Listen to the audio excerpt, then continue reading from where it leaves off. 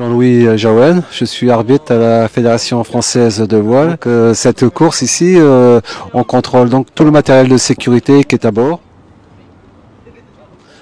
Donc ça va du gilet de sauvetage, du radeau de survie, des balises AIS, des balises PLB, donc tout le matériel de sécurité obligatoire, et nous passons à peu près 1 heure, 1 heure et demie sur chaque bateau. Aussi des plombages à faire. Plombage, en fait, on met un plomb avec un fil, et comme ça, donc ils peuvent pas le déplacer, ce matériel-là. Voilà. Ou l'ouvrir lorsque c'est par exemple un sac de survie. Il y a des sacs de survie qui sont plombés, comme ça ils peuvent pas le vider éventuellement pour mettre autre chose dedans. Donc c'est vraiment le matériel de sécurité qui reste à cet emplacement. À l'arrivée, donc chaque bateau est contrôlé et pour voir donc si ce matériel est toujours resté plombé et conforme donc au départ.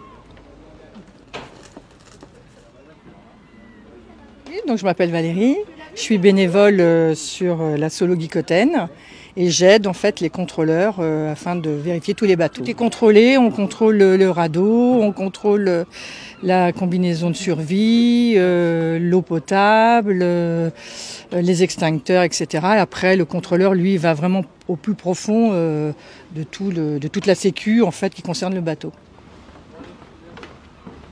Nathalie Monnier, contrôleur d'équipement de course au large. Course au large, on est 3 sous la houlette de Delphine qui est jaugeur d'épreuve. Donc qui va établir une fiche de contrôle qui va réunir les règles de classe, les règles de course et les règles internationales.